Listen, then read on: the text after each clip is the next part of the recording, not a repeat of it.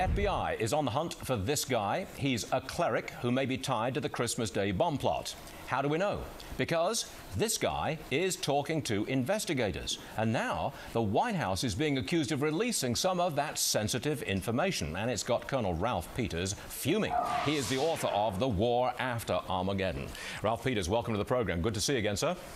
Hey, great to speak to you again, Stuart. Yeah, I'm hot. I mean, the administration is either lying about the value of the intelligence they're getting from Abdul-Muttalib, or they're incredibly stupid. Because if you're getting a terrorist suspect to talk and he's giving you valuable information, you don't leak it for political advantage. You act on it. You go out and kill the bad guys. And if you want to brag, then, okay, just display the trophy heads. But don't tip your hand to the terrorists. So this is absolutely crazy. You think it was playing politics, a political defense, basically. They're under criticism because they Mirandaized the gentleman. And then they said, well, he is talking. Now they've got to prove it by saying what he told everybody. You think this is a pure political thing? Oh, absolutely, because they made a tremendous mistake by reading this terrorist his Miranda rights. And look, unlike the hacks in the White House, Stuart, I worked in intelligence most of my military career.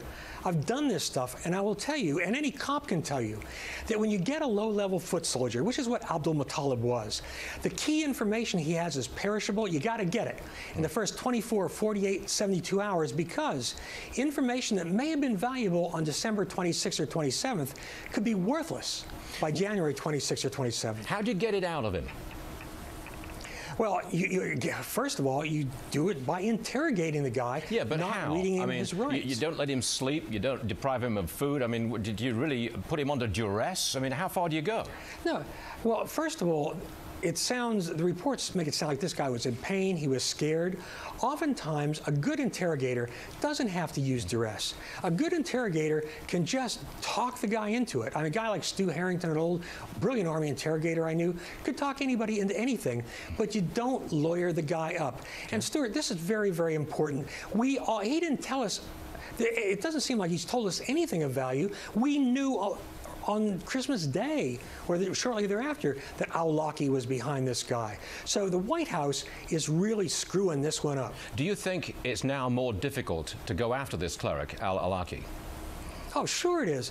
I mean, when you tell him the stool pigeon's singing, he's going to change his location, going to change his mode of operations. Now, al-Awlaki already knew, the cleric in Yemen, already knew we wanted him.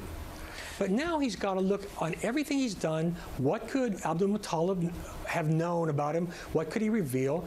And it's going to be that much harder. Again, when you're dealing with terrorists, if you've got intelligence, you don't broadcast it, you act on it, kill the suckers, and then take the bow. There is tremendous pressure to reverse this policy, not Mirandaize the next guy who has a go at us. Do you think that will happen?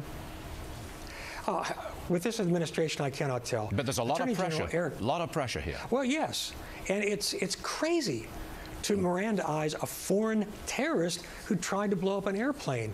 There is a lot of pressure, but nonetheless, I think the policy is probably going to stay in place as long as Attorney General Eric Holder keeps his job. If the policy were reversed, it would be a resignation issue for Attorney General Holder, I believe. Colonel Ralph Peters, thank you very much, sir.